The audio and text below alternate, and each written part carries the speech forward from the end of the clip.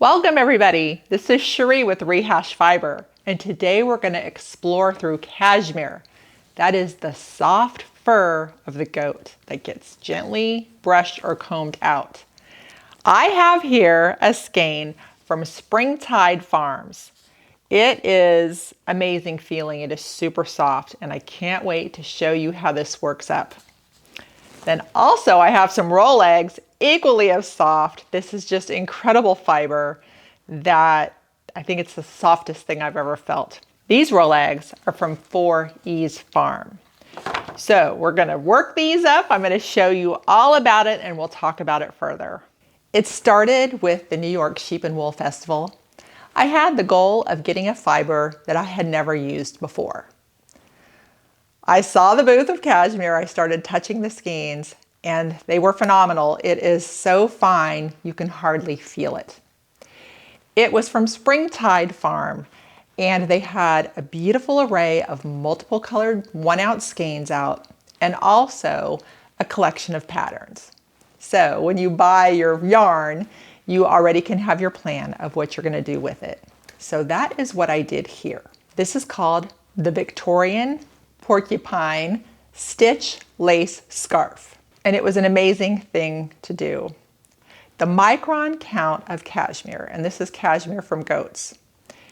The lowest is 12 microns, and the typical is about 16 to 17 micron count. Frankly, when you're touching just one strand of it, it is very hard to feel that it is even there. Touching this as a fabric is extremely light and extremely soft. It is wonderful next to skin. It's perfect. So some tips for working with cashmere are you do need pointed knitting needles. I'd started with a Susan Bates and they're a little bit more rounded and I could not get through the stitches. So I got the Chiagoo brand. Not sure if I'm saying that right. They're more pointy. I had no problem at all. Now the pattern says to cast on loosely, and they really mean it, because if there is any tension at all, you cannot get through the first row to get started. So I struggled with that a bit. So be sure and cast on loosely. Then from there on out, just remember, don't make it tight. You don't want to do it loose to where there's no form, but you don't want to tug or pull on anything because it's so delicate. And you don't want tension in it or tightness in it anywhere. So just kind of think loosely in your mind. This is my first time working with cashmere, and when I started this scarf, it was very interesting because I could not feel the fiber. There was not enough there. It felt like cobwebs. So until I had a couple of inches going and I finally had some mass in my hand, I could tell there was something there. But otherwise, it was just very interesting that it felt like nothing. The pattern was wonderful. It's 9 rows, and it was mostly just yarn overs, knitting together, purling together. However, it did take some concentration, so I found that it was the only thing I could do at that moment, which is fine because I had wonderful, quiet time with this cashmere that made me very, very happy. Sometimes I'd be doing it in the early hours of the morning with a cup of coffee, and it got to be a really special time because it just felt so good. So I want you to have a little bit closer look at this here. I want you to see the beautiful fiber up close, a bit of the pattern, and then I want to share with you a mistake that I made. You see here, this is the cast on edge, and you have this nice scalloped effect. In the end, it says bind off loosely. So you can see I started a regular bind off very loose. And then I thought, oh dear, I wonder if it needs to be even looser. So I did the loose technique where you do not drop the yarn from your needle when you start your next knit. And it just gives you a little more yarn to keep it loose. And that bind off is perfect for if you're doing something that has to go over a head and you know you have to really expand it. Where this, I wasn't really thinking I should have just kept the regular bind off loose because I lost the scalloped effect. Now, I did notice that till I was blocking it. It's not a big deal. I'm not going to undo because I already have woven in the end and washed it. No one else is going to know.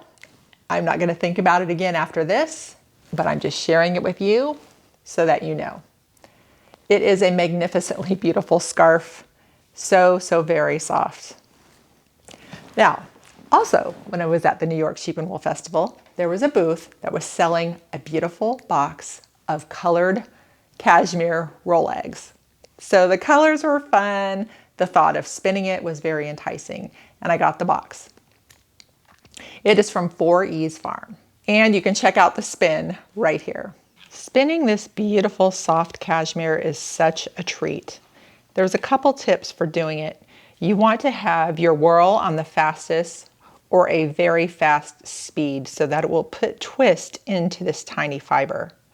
Also, you want your tension very light. I've had to play with it a lot because you don't want it yanking it from you, but you do need it to have a nice little bit of pressure to take it from you as the spin goes in. I don't want this cashmere to be too thick, and that is how I'm working with it. I'm not aiming for a particular gauge right now. I'm aiming to go as thin as I can for my comfort level. I am going to 2-ply this, and I've had some fun with the colors that they supplied. But that is your tips for spinning cashmere, and I think you'll really enjoy it. It is just fantastic to touch. I cannot even feel this puni in my hand. It's that soft. So do give it a try and have this enjoyable feeling. So I ended up with this lovely skein. It's around 1/2 ounce.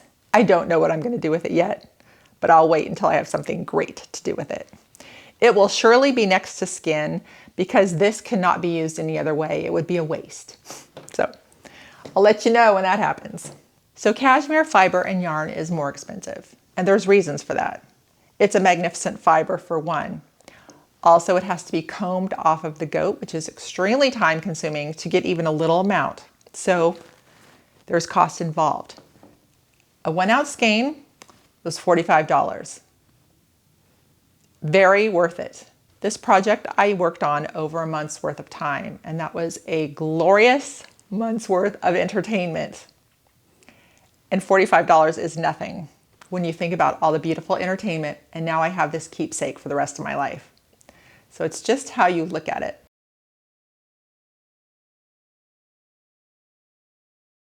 Okay, here's just a little something extra and maybe a little bit fun, and I want to see what you guys think about it. I purchased some king-size bed sheets, and they come nicely folded in this. I was thinking about throwing this away, and then I thought, no way, it's cotton, and it's a lovely little pouch. My idea right off the bat was, oh, I'll put my sweaters in it when I travel, and that will keep them nice and contained. They won't get stuck in zippers or anything, and I think that's a great idea. But I wanted to go one step further, and I took it to my group of fiber lady friends, and I was like, hey girls, what would you do with this? So let me tell you some of the things they came up with, and I thought it was very fun. Yes, a project bag. You can stiffen it and add handles. This could be lining for a basket. Dye it, cut it up, make doll clothes,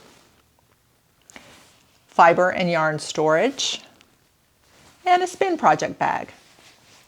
If you have any other ideas that you want to give me, go ahead and just send me an email at rehashfiber@outlook.com.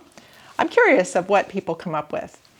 You know, and I'm thinking too, this is also cotton that can be cut in any which way and used for anything. So just a little fun thing there. And I love getting other people's ideas on how to do things. In fact, the group of ladies I referenced are the ones that have taught me so much of this craft. As we're nearing the end of the show here, I want to give my gratitude to all the supporters on Patreon. Thank you very much for contributing to the show and helping me keep it going. Also, viewers, I appreciate you. Any interaction you do with the show helps keep the show going as well. Thank you, everybody. Cashmere, cashmere, cashmere. If you can work with it, do it. You'll enjoy every second of it. It is so precious, such a lovely fiber, and you will have a beautiful item in the end. So, happy working with cashmere, and thanks for watching.